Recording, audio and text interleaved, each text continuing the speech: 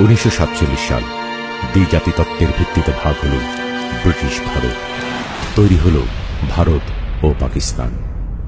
কিন্তু পাকিস্তান দুটি খণ্ডে বিভক্ত, পশ্চিম পাকিস্তান আর পূর্ব পাকিস্তান।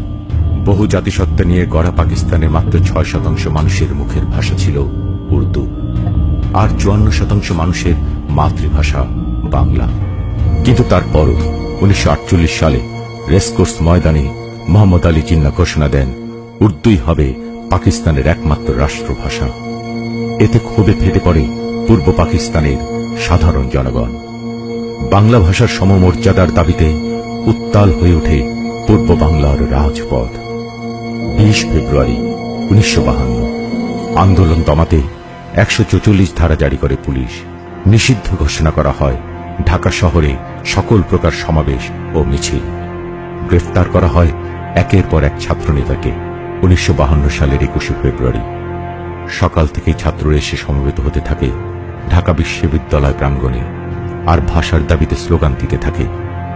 কিছুক্ষণের মধ্যেই ছাত্ররা 144 ধারা ভেঙে রাষ্ট্রভাষা বাংলার দাবি নিয়ে পূর্ব বাংলা আইন পরিষদের দিকে রওনা হয়।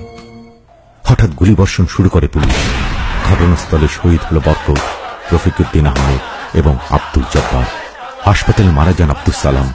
ওহিউল্লাহ নামে 9 বছরের এক শিশু শহীদ হয় পুলিশের গুলিতে। পুলিশের সাথে ছাত্রদের সংঘর্ষ চলতে থাকে। অন্যদিকে ছাত্রদের মিছিলে গুলিবর্ষণের ঘটনা ঢাকায় ছড়িয়ে পড়লে হাজার হাজার সাধারণ জনতা ঢাকা মেডিকেলের সামনে জড়ো হতে থাকে। টলে উঠে পাকিস্তানের কেন্দ্রীয় সরকার। জনরোষ গণ আন্দোলনের মুখে 1956 সালে সংবিধানে বাংলা ভাষাকে পাকিস্তানের অন্যতম রাষ্ট্রভাষার স্বীকৃতি দিতে বাধ্য হয় তারা। পৃথিবীর একমাত্র আমরাই জীবন দিয়েছি মাতৃভাষার দাবিতে।